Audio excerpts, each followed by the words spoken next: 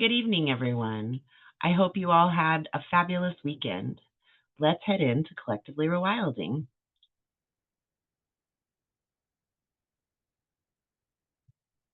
All right. So tonight is the first night that we are going to officially record what we're doing for the Yarn Yard for Tall Tales. And over the weekend, I decided to change this a little bit in format. We may or may not show a screen. Well, not a screen, a video, but this is going to be geared as a podcast. And what that means, as far as something that happens online in a recorded live stream that could include video, is that the overall words within the live can just be listened to. Since this is going to be a reading session, I thought this would be a perfect live to turn into a podcast as far as YouTube is concerned. So from the get-go, we'll take it off and turn this whole class into a podcast. All right? So for tonight's class, we're going to start with an article that Tammy shared here in Collectively Rewilding. It had such a good title that I had to go ahead and subscribe to this blog, I think is what it is, right? It can be called so many different things these days. Let me try to get this stuff out of the way here a little bit. There we go. That ought to be about right. And it's called It Takes a Village, excuse me, How to Buy Farmland as a Group and Set Up a Community. As part of this week's Unconventional Ways to Buy Land series, we are diving into land cooperatives and pooling resources with others to buy and share land. Here's how to set up your eco-village by House of Green. Alexandra, and I'm not going to try to pronounce her last name. Beautiful, beautiful picture there. We're all craving it, a return to the village life humans thrived in for thousands of years. People are lonelier than ever before, with more than 36% of people reporting they feel extreme loneliness on a monthly basis, as reported in this Harvard study. We are living in an individualistic way with no extra support or financial help from a greater community. In fact, it was this exact feature of the Amish community that blew my mind when I started working with them in 2023. They function as a group first and as individuals second.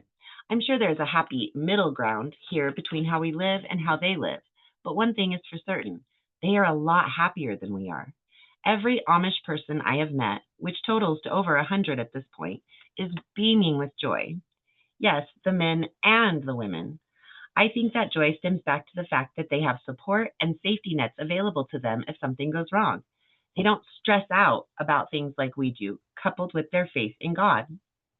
Therefore, more and more people are asking me about this idea, buying land as a group and starting their own village. I believe this is going to explode in popularity in the years to come. And as someone who just navigated town code to have my own little homestead built out over the last 2 years, I believe I have a practical advice on how to make this a reality. Land is expensive today. We all know this. But if we split between 5 couples, the land suddenly becomes affordable. Still, don't jump into a financial arrangement this permanent without going over your options and considering what it entails. Therefore, I'm going to break everything you need to know about farming a land, cooperative, trust, LLC, buying land, outlining roles, and making an eco-village work. Let's get started. Land cooperative defined. A land cooperative, or land commons, is when a group of people buys land together instead of one person buying it alone. You commonly see this arrangement between family or friends, or a mixture of both. It's bringing together a group, no matter the size, to pool funds to make something that would otherwise be out of reach, like starting an eco-village, a reality. Each person contributes money or labor in some models, and in return, everyone gets the rights to use the land. Here's where a land cooperative differs majorly from other forms of land investment. Instead of individual deeds, the land is usually owned by a legal entity, like a cooperative, trust, or LLC, and members hold shares or usage agreements. People pursue this kind of land investment for two reasons. They wouldn't have the funds to do it on their own. They don't have the physical ability to farm, work land. This makes land ownership possible for younger generations that may be priced out of affording the land today, as well as older generations that are not able to physically work the land like the younger folks can. Here's how to practically make it happen. How it works. To start, you need to gather a group that has a like-minded vision. I can't stress how important this part is. You need to get along exceedingly well before the eco-village is set up. There needs to be a very strong common base between you and the other group members. The visions and goals for the eco-village need to be the same for everyone. For example, if the plan is to steward land and focus on conservation, it's probably going to butt heads with a person whose goal it is to make as much money as possible conventionally farming the land. Additionally, you want to have a discussion about the organization of the land. Will everyone have a private homestead? Will all common areas be shared? The beauty of this kind of arrangement is that you do get to build out your dream city from the bottom up. But since financial risk is being dispersed evenly among all people, all of those people get a say in how that land is going to be used too. Once you have a group that is totally aligned on the objectives for your land purchase, it's time for the serious stuff. You need to form a legal entity. You have three options. Cooperative. Each member owns a share and votes on decisions. Land trust or nonprofit. The land is owned by a trust. Members get long-term leases. LLC. Each member owns a percentage like a business partner. Cooperative. With the co-op, everyone buys a share in the cooperative, not in the land directly. The co-op itself owns the land. Members usually get one vote each, no matter how much money they put in. This appeals to people who like how democratic the voting process is. It's great for groups who highly value community-based decision-making. It's not so good for someone who wants a little more privacy or control over their land. Land trust. In this case, a nonprofit organization or trust owns the land outright. Members don't own the land. They get a long-term lease, sometimes 99 years. The trust mission is usually to protect farmland, conserve land, or provide affordable access. This is a more common option for groups of farmers that want to work the land. Leases give farmers stability without requiring full ownership. This also works well for conservation groups. An example would be a local land trust buys 100 acres. 3 farmers each lease 20 acres for long-term farming, and the rest is set aside for conservation. LLC. The land is purchased by an LLC, and each member owns a percentage, like owning part of a business. Therefore, decision-making is based on the operating agreement. Could be majority vote, weighted by percentage, or unanimous. An LLC is easier to set up than a land cooperative. It's considered more flexible as well. Members can decide how profits, costs, and responsibilities are split. Additionally, it provides liability protection. If something happens on the land, members' personal assets are safer. An example would be 4 friends form an LLC to buy 40 acres. Each owns 25%. They agree one person manages bookkeeping, another manages livestock, and decisions require majority vote. Therefore, a co-op, best if you want strong community and equal say. A trust or nonprofit, best if the mission is large-scale farming, conservation, or affordable long-term access, not resale. LLC, best of a small group of friends, farmers want flexibility and clear ownership percentages. I can tell you right now, as someone who is very type A and a solopreneur, I would personally go with the LLC. But the Amish, for example, live as a co-op with a bishop. This will be personal to you and the people you form your group with. It's important to go over all of these options together as a team and see which one makes the most sense. This is a serious decision after all. Find land. Now that you have your legal entity formed, it's time to find your land. You will be pooling funds for a down payment, which will make land more affordable to the average person. I have written many articles on how to find quality, affordable land in the U.S. today. I can't stress this enough. Not all towns are created equal when it comes to leniency for something like this. Every town is its own mini kingdom, basically. Just because one town is okay with this kind of zoning does not mean the next town over is going to accept it. From my experience in upstate New York, you are going to find towns that agree to this if you go more off the beaten path. For example, my county, Saratoga County, will be stricter with this than the neighboring county, Washington County, where it's a no man's land kind of attitude. You're more free to do what you want over there. How will you come to know this? You're going to need to call people. Specifically, you're going to need to call the zoning officer. You will want to have many conversations with this person before you buy your land.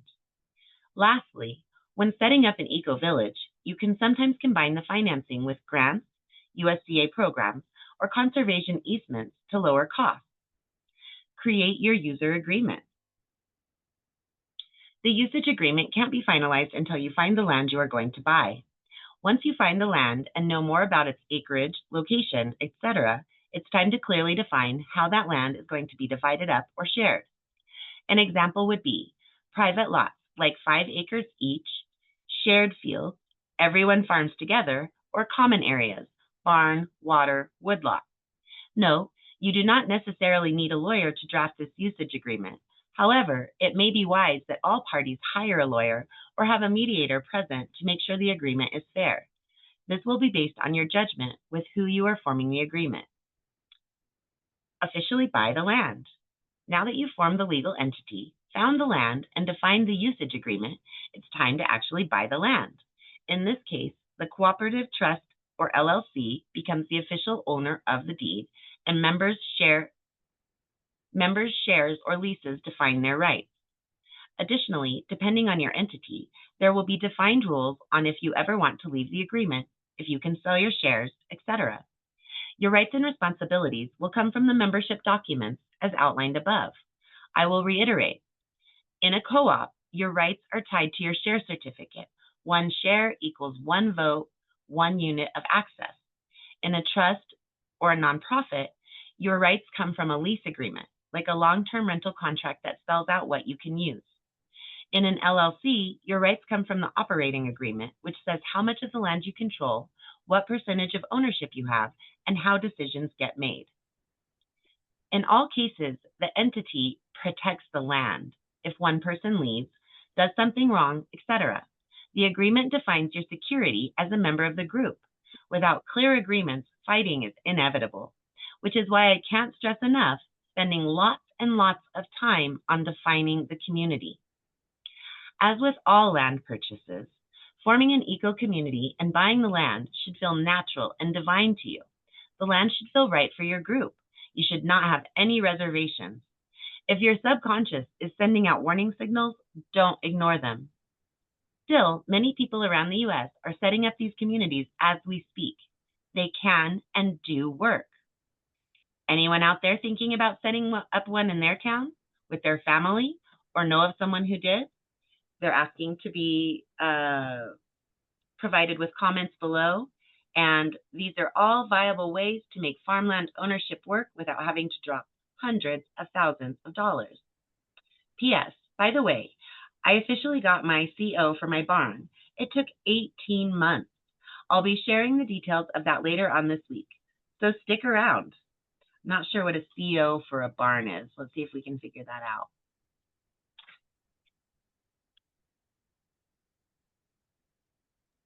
Sabrina, did you subscribe to her YouTube channel?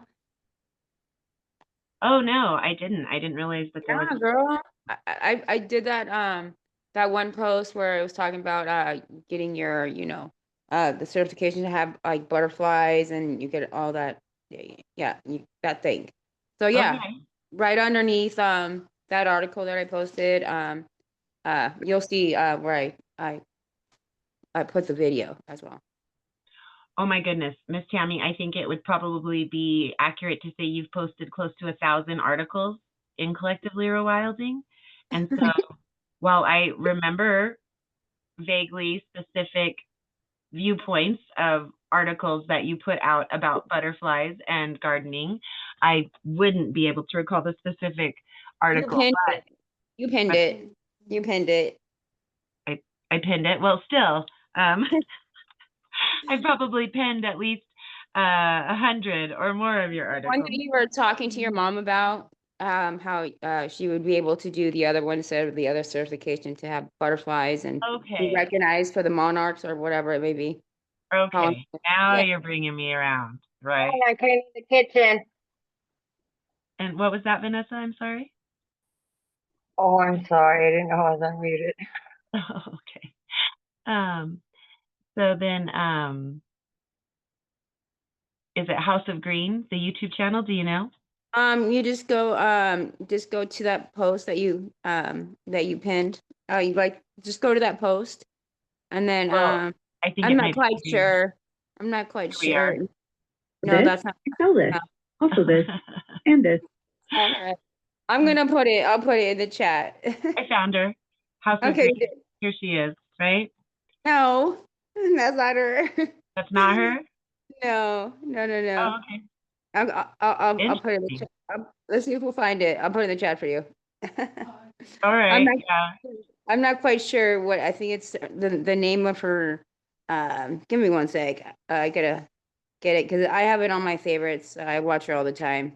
Yeah, so just go to your butterfly thingy. I think I go to that one article where would I put that? I put that in the pollinators and go to your your pin thingy where the featured section. Yeah. Yeah, I understand what you're talking about, but I don't want to just scroll and scroll and scroll.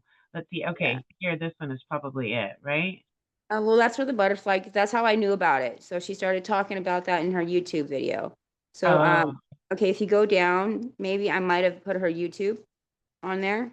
So I was trying to get you to watch it, but I'll find it. But okay. Yeah. yeah, let me find for you. Yeah, so she started talking about pollinating and how she has her pollinators and where she, that's another way to get grants and stuff like that. Kind of thing. Oh yeah. It absolutely is.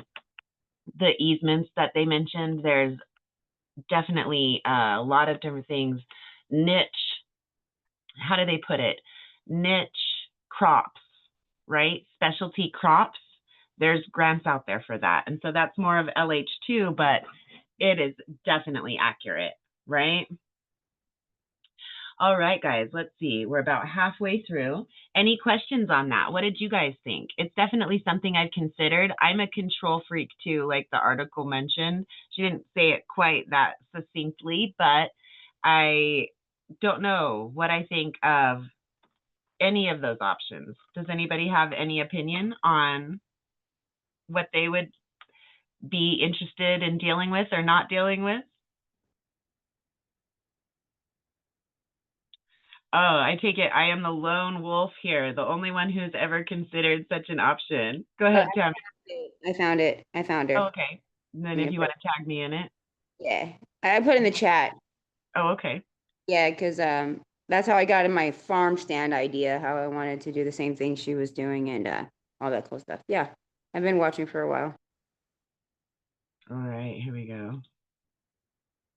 Okay, it was by her first name, not by her. It's actually been 1 year since we opened this farm stand on my. Very nice. Oh, and she's got a lot of subscribers. Nice. I think I've seen something by her before. Seems like it. Maybe something that you've posted. Very nice. We'll have to start seeing what she puts out. I'll put that over here to check out by her article. She shows you her barn, what she did, and her property, and how she did it, and all that cool stuff. Yeah. Wonderful. There's also on here, I would like to go through all of these as well. Buying Farmland series, week 1 through 6. Looks like maybe this must be 7. Wonder, it doesn't say it up here anywhere. But those all look like something that would be worthy of reading here in Yarn Yard for Tall Tales, because you have to get a subscription to see these articles so we can read them together and discuss them and share in that subscription together as a community. And I think that this is a really great series that she's put together. So we will probably go ahead and read week 1 next week. So let's go ahead and grab that right on up and start at week 1 next week. But I thought this was just such a great article, and it was the one that Tammy had shared, and I wanted to make mention of that. That's why we started this whole series. And now let's jump into the book I thought that we would start together. We'll probably start several books so that we're not stagnant, and probably read, anywhere from 3 to 4 books over a time period. This one is called Mini Farming, Self-Sufficiency on a Quarter Acre. So let's pull that up for you guys. I'm sure we can find something. Oh, it says so. Oh, look at that. Boom. All right, let's look at a preview of 59 pages. So we'll just pull that up. Oh, thank you. And that is the correct book, right? Here we go. Jump right into the first chapter here. Oh, that didn't work. All right, we will probably start with the introduction. You're gonna have to make that bigger, Sabrina. It's not about reading it on the screen, right? Oh. Yeah, a lot of people will be on their phone and everything, so that won't really work. But just as a visual aid, this is about a podcast, more about our voices, so that anybody just wanting to listen and not follow along on the video is able to do that at home. And this is simply the book. They didn't have a very good cover of it. So here's the introduction, and that's where we'll start. And we will read for about probably 23, 27, 28 minutes, something like that, and then close out class for tonight. I have some plans for how we'll break that up just a little bit more, but we're not quite set up for that tonight. So we'll start off with this excellent book. My mother, Anita Giesler, one of our members, brought this for me the last, couple of times they came up and visited from Colorado. And I got started into it a bit, but I'm just so busy. I didn't have time to get far. And that's one of the reasons I wanted to start this class. I wanted to force a time period to delve into these books and share it with all of you at the same time. So here we are, Mini Farming, Self-Sufficiency on a Quarter Acre, Saving, Selecting, and Buying Seeds, Maintaining and Improving Soil, Compost, Crop Rotation and Timing, Using Organic Methods, Canning, Freezing, and Dehydrating, and more by Brett L. Markham. Introduction. Home food production is an important proficiency that contributes positively to the physical and financial health of the family. Along with this, it provides an important psychological and spiritual boost by reaffirming our connection with nature and nature's laws, reconnecting us with our ancestral roots, and providing the feeling of competence that comes from ensuring the supply of a basic necessity, food. Just as important, the quality of food produced at home is superior to that available in the supermarket for a number of reasons. The demands of business drive many factors that decrease the nutritional value of commercial foods. Because very little food is produced near its point of use, fruit and vegetable varieties are selected on the basis of suitability for machine picking, long-distance shipping, and cold storage so that they still look good when they reach the supermarket. This results in homogeneous and visually appealing products that look better than they taste and have considerably less nutritional value than homegrown equivalents. Spinach is a good example. With proper care and refrigeration, fresh spinach can be kept from spoiling for 3 weeks or more. But even when kept in the dark at 39 degrees, it loses about half of its B vitamin content in only a week. So the appealing bag of baby spinach under the brightly lit cooler in the supermarket actually has fewer nutrients than homegrown spinach that is blanched and frozen on the same day as harvest. The same situation applies to other fruits and vegetables. Considering the time spent in packaging, shipment, and storage, Homegrown produce that is canned, frozen, or dehydrated quickly after harvesting will pack more nutritional punch than even so-called fresh produce at the supermarket. Nutrient density is not the only factor favoring home food production. Pesticide residue is another important consideration. Corporate farms and orchards use a variety of pesticides to protect the quantity and visual appeal of their harvest. According to a 1999 Consumers Union report based on U.S. government data, an apple grown in the U.S. typically contains 4 pesticides, and some have as many as 10 different residues. The same report listed several common vegetables, including winter squash and spinach, as typically containing residues of multiple pesticides, some with as many as 14. The report goes on to cite data indicating both widespread illegal pesticide usage and persistence of carcinogenic chemicals that were banned decades ago in present-day corporate harvests. In addition, small home gardens are ideally suited to the use of organic or semi-organic materials and methods that can significantly reduce and even eliminate the need for synthetic pesticides. Regardless if a home gardener decides to use commonly available over-the-counter pesticides, proper usage and scheduling is personally ensured by the gardener to make sure that the amount of residue remaining in the food is far less than in typical commercially grown produce. Superior taste is a major benefit to homegrown foods. The 2 major factors influencing taste are freshness and the actual variety grown. With a backyard garden, it is not unusual to serve vine-ripened tomatoes within minutes of picking them from the vine, whereas supermarket tomatoes are harvested while green and allowed to ripen during shipment. It is really impossible for any sort of food store to exceed the degree of freshness found in a backyard garden.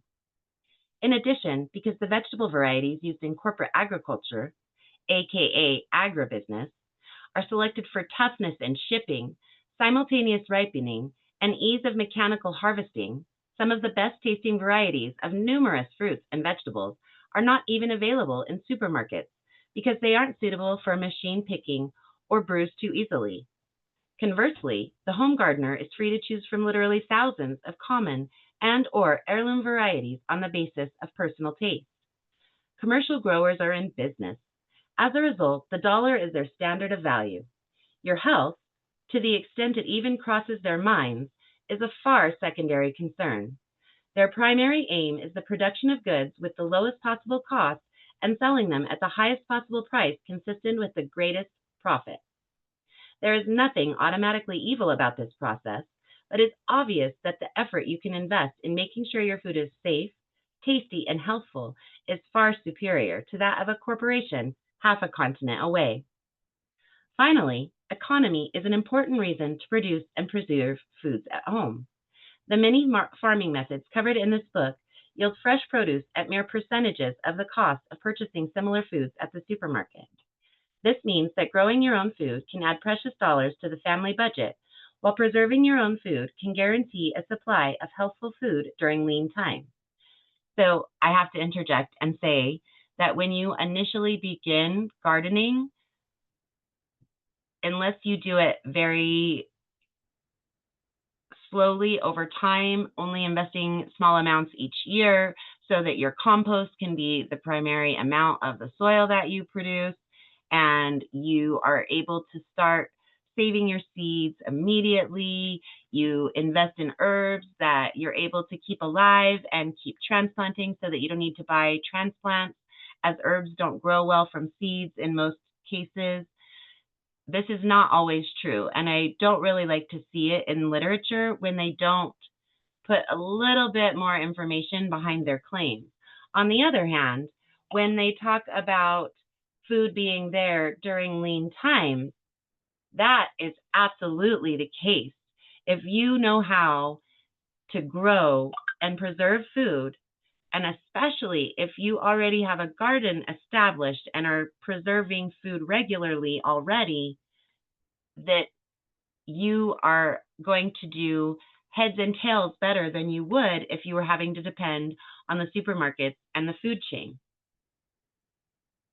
Moving from vegetable gardening into full-scale mini farming using intensive techniques can conceivably produce over 80% of a family's food, reducing cash needs by many thousands of dollars yearly. I have met many people who used to grow gardens but have since abandoned the practice. While the details vary, in all of these cases, the former gardeners had encountered conditions that made the realization of their gardening goals either impossible or impractical. Many had moved to homes with very small yards, so a traditional garden wouldn't fit. Some had experienced injuries that limited mobility. Others had encountered bad insect or other pest problems. Finally, many just gave up because gardening was too much time and trouble when compared to the benefits they derived. The lesson I have learned is that people need to have a reasonable prospect of achieving their goals in gardening, or they won't bother. The goals of the mini farmer are similar to those of the home gardener, but with an added emphasis on economics. The mini farmer's aim is to reduce the amount of income needed by providing a substantial portion of the household's food needs. This can allow a parent to stay at home with children, make homeschooling feasible, improve conditions under a fixed income, or act as a buffer against uncertain economic conditions. In the chapters ahead, I intend to demonstrate how the goals of gardening and mini farming can be achieved with greater enjoyment and much less time, effort, money, and equipment than you ever expected, in spite of whatever obstacles may arise. The approaches adopted in this book are a combination of traditional, biodynamic, grow biointensive, French intensive, square foot, and other approaches that use raised beds and that I call intensive agriculture. It stands on the shoulders of many great and dedicated gardeners, thinkers, philosophers, and farmers, so I claim no unique credit for it, but the synthesis has been based on my own experience and will hopefully save the reader a lot of trial and error. The content of this book can be used at various levels. It can be used to allow efficient hobby gardening for improved nutrition and enjoyment, a more substantial commitment to gardening, and full-fledged mini farming. My aim then is to help the reader get started on a path to growing more economical, nutritious, and safe food with minimal effort, while simultaneously helping the reader reconnect with the cycles of nature and heritage in a way that will enhance the spirit. Brett L. Markham, New Hampshire, 2009. All right, let me check out how long this first chapter is here.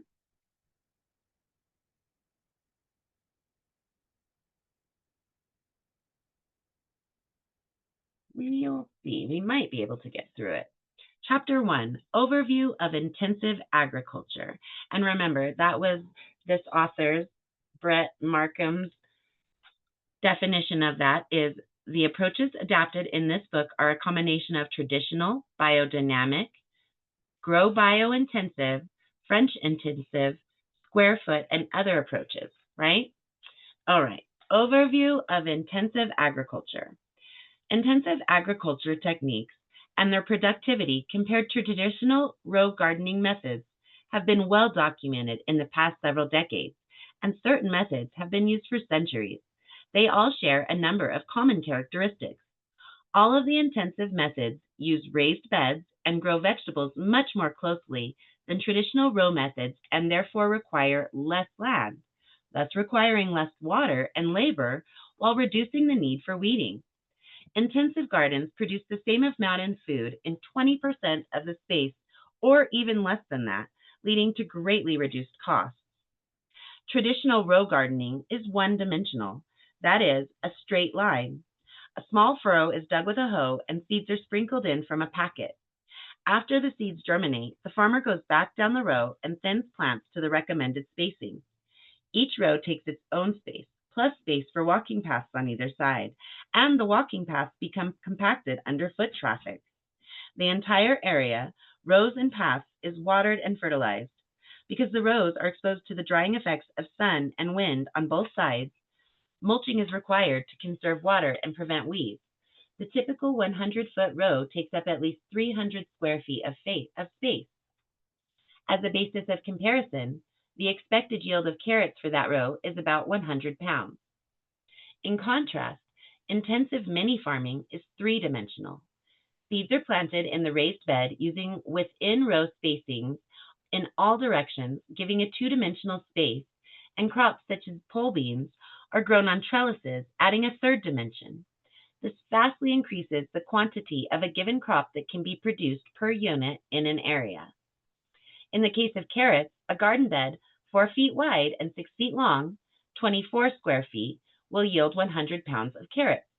That's the theoretical yield, but in practice, I've found 32 square feet are required to get a full 100 pounds. Still, that's an amazing increase in space efficiency, from 300 square feet to 32 square feet. That's the conversion. Using trellising and pole beans instead of bush beans, and indeterminate or vining tomatoes instead of determinate or bush tomatoes will also increase the yield per plant. Using row gardening, the farmer has to fertilize, mulch, weed, and water 300 square foot of space to get 100 pounds of carrots.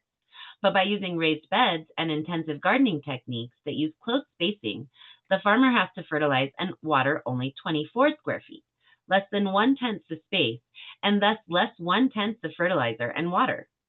The cost savings are immense, and the intensive farmer can also dispense with mulching. Because the plants are growing so closely together that they shade each other's stems and the ground, conserving moisture and shading out weeds. The shade provided by growing plants closely is also helpful in protecting beneficial soil microbes from the damaging effects of ultraviolet radiation from the sun. Last season, I kept records of how much weeding was required per 100 square feet averaged across crops as diverse as broccoli and tomatoes, and because of the living mulch aspect of intensive gardening, less than 30 minutes per season were required per 100 square feet. There is 3 schools of thought regarding the spacing of plants in intensively planted beds. The Grow Biotensive method recommends a hexagonal pattern using various sorts of hexagonal and triangular jigs. The square foot method recommends using a grid of squares, dividing every square foot into a number of subsquares appropriate to the spacing of the crop being grown. My own method is to plant a properly spaced row, go up the distance within a row, and then plant seeds in parallel. A little analysis yields a few facts. The Grow Biointensive method actually fits more vegetables into the same space compared to the other 2, but for most vegetables, the difference is 10% or less.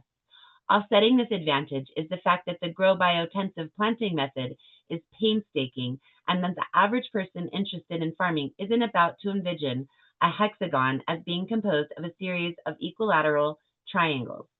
However, this process will increase yields for a farmer handy enough to set up the proper jigs to make the planting process easy. The jigs are plywood triangles composed of 3 60-degree angles and with all 3 sides the same length as the planting distance between each plant of each different crop. A seed is planted at each of the 3 points. The square foot method is about as simple as can be imagined geometrically. Everything is a square. Spacing can be figured easily based on within row spacing of a given plant. The only downside is that you are subdividing individual square feet that need to be laid out within the bed. This works great on a small scale, but on a large scale this can be problematic, especially when adding large volume soil amendments to beds such as compost. Grids can be made that can be readily removed, but again, this is more labor. For a 200 square foot garden, the work is no big deal, but when the garden is scaled to 6,300 square feet to provide for the needs of a family plus marketable vegetables, the task of making and maintaining grids to set apart individual square feet becomes enormous. Thus, the square foot method, where each square is individually marked off, is more suitable for hobby gardening than a mini farm. When I came up with my own way of intensive planting, I wanted something simple enough that my daughter would be able to do it. First, look at the seed packet to determine the final distance between plants after thinning, circled in the illustration that they've provided here in the book. As an example, carrots are to be thinned to 2 inches apart. Second, grab a small ruler and a blunt pencil.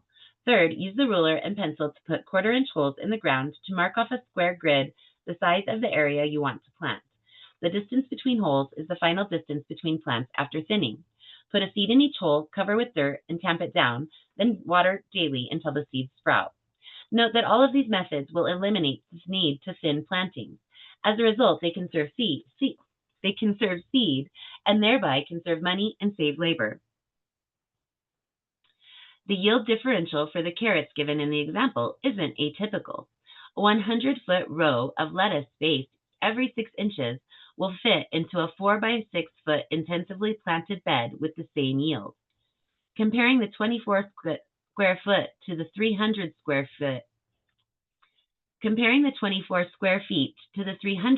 feet, including walking paths, and understanding that an acre contains 43,560 square feet, you will quickly see that a 3,500 square foot intensive garden will produce the same output as an acre farmed conventionally.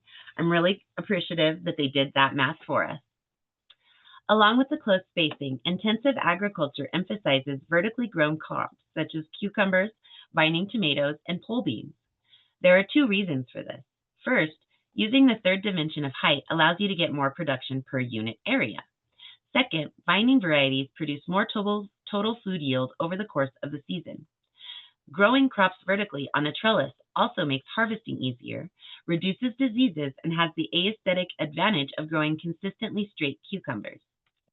So that crops grown on a trellis don't shade out other crops, trellises should be constructed on the north side of raised beds, unless, like here in my situation in the desert west, I want to create some additional shade, right?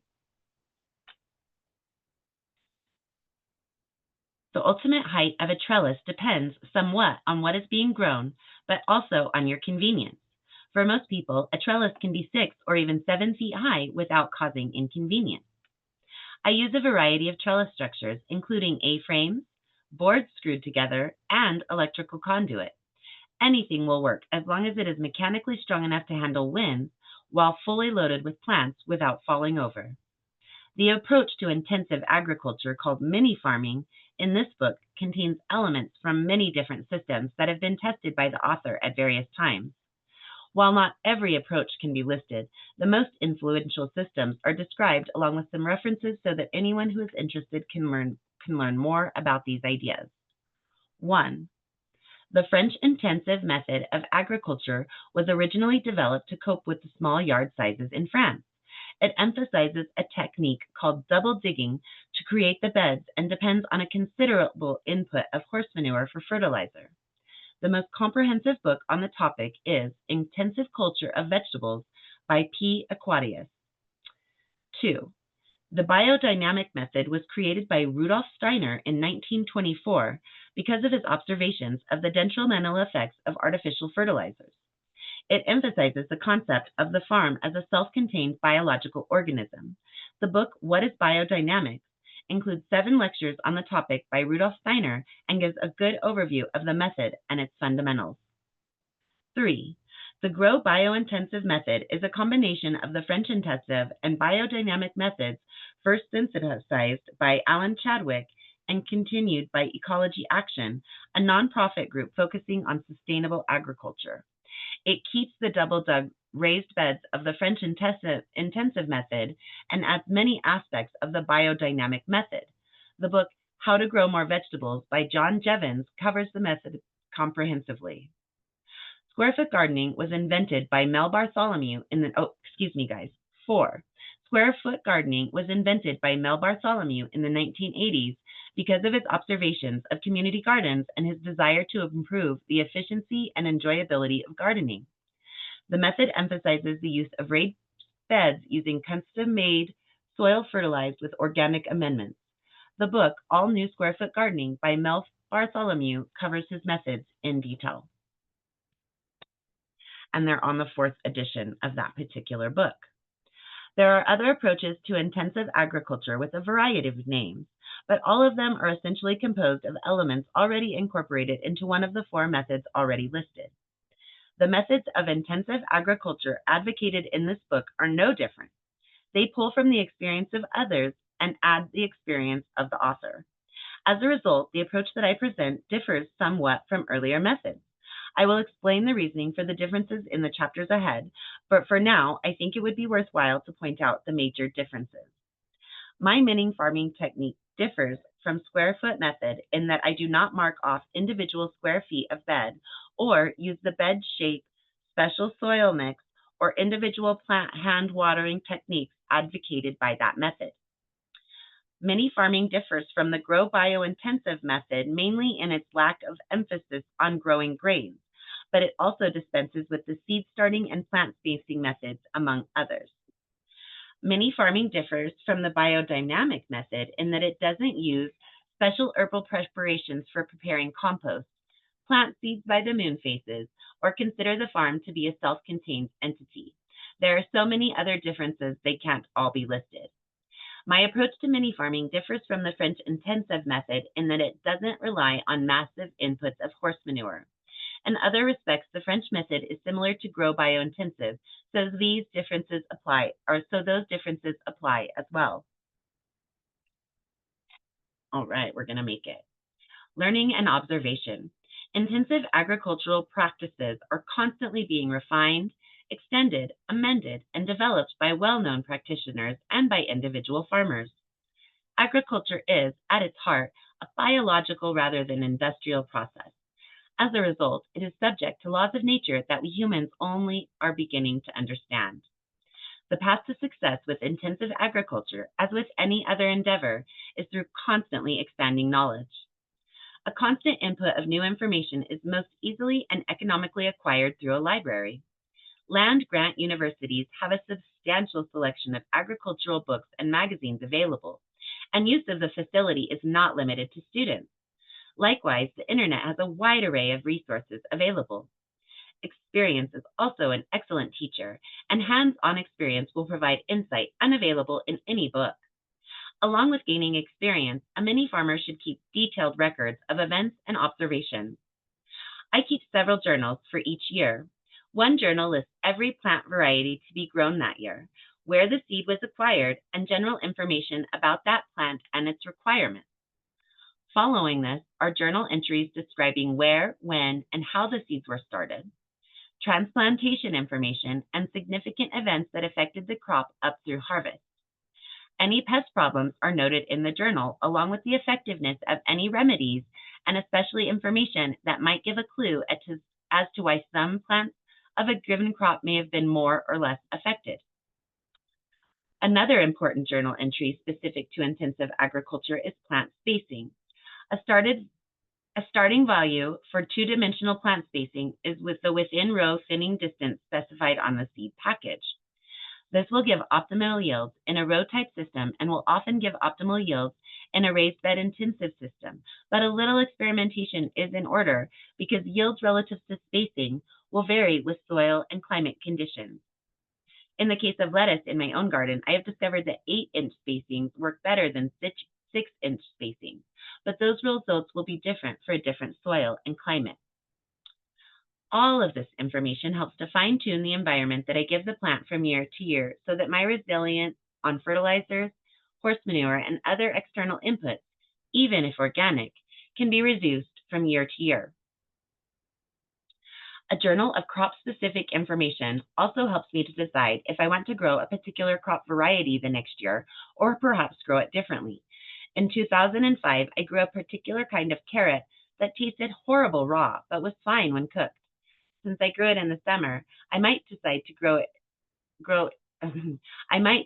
instead grow it as a winter or fall crop this upcoming year to see how that affects the taste. If my family usually eats carrots when raw, I might want to consider a different variety of carrot altogether. That carrot was also grown in soil that had received some composted horse manure. It would stand to reason that the carrot might taste better raw if grown in a different bed that has been fertilized with only vegetable-based compost. And this is the case. Carrots shouldn't be grown in anything close to fresh manure, and I learned this through my journals.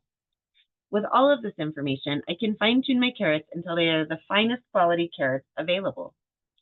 Another journal that I keep lists weather events, particularly abnormalities or anything that affects crops. Such a journal allows me to know that in my area, I need to protect young spinach plants from hail when they are planted before the last frost date. Having this knowledge in hand allows my crops to be more productive and suffer less damage. I also keep a calendar planner that allows me to lay out across the year when I need to perform various tasks, such as starting and transplanting seedlings or harvesting green manures. Such a calendar allows me to see and work around labor bottlenecks in advance. I note in the planner the date of first harvest for each crop based on published maturity dates for the crops, and I make notes of instances where a particular crop matured earlier or later than I expected. Predicted harvest dates also allow me to see in advance when succession planting or starting a crop at a time when I ordinarily wouldn't will serve to reduce peak workloads for food preservation so the work can be spread out better. My final journal lists practically everything I do related to soil fertility, including digging beds, compost contents, organic amendments added to soils, crop rotations, and so forth. This information is correlated with information about harvest of various crops and pest or disease problems. The idea of all of this journaling is to put all of my experiences and observations into a context that allows me to use that information effectively to make better decisions each year than I made the year before. Working with biological systems is a process of constant learning, and a mini farmer will ultimately benefit from keeping detailed notes. Intensive agriculture, because it grows plants close together in a relatively small land area, is a field with a lot of room for experimentation, and it makes the results of that experimentation more easily observable by the farmer. This gives many farmers an opportunity to make improvements in technique much more rapidly than those involved in industrial farming. All right, and that is our cutoff point for the night. So, any thoughts on mini farming, guys? No? Did I put you all to sleep? I'll try to get much more lively and concise with my wording. It does take regular usage, and it has been a very, very long time since I've had to read aloud, as my children are both approaching adulthood, and I haven't been in school for an even longer period of time. So I do hope that I didn't quite put you to sleep, and I promise to improve. Let's go ahead and check out our calendar for next week. All right, coming up next, we will be joining together for Exploring Organic Soil Regeneration. That is tomorrow, Monday the 25th at 6:30 p.m. Pacific, 7:30 p.m. Mountain, 8:30 p.m. Central, and 9:30 p.m. Eastern. All right, everybody, please feel free to unmute your mics and say goodnight. Buenas noches, everybody. You did fabulous, Sabrina. Thank you. Yeah. It reminds me of your radio station, your radio days. This is so much more fun, though, with all of you here. Yeah, this is way That is a cool. lot. Thank Now, you, Rob. Sabrina, I think you did a marvelous job. Well, thank you, Rob. I appreciate it. And thank you, Vanessa, as well. No. No problem. All right, guys. Well, I hope you all have a wonderful week, and I hope to see you in tomorrow night's class, as well as all those wonderful classes tomorrow over in LH2. Good night, everyone. Good night. Bye, guys.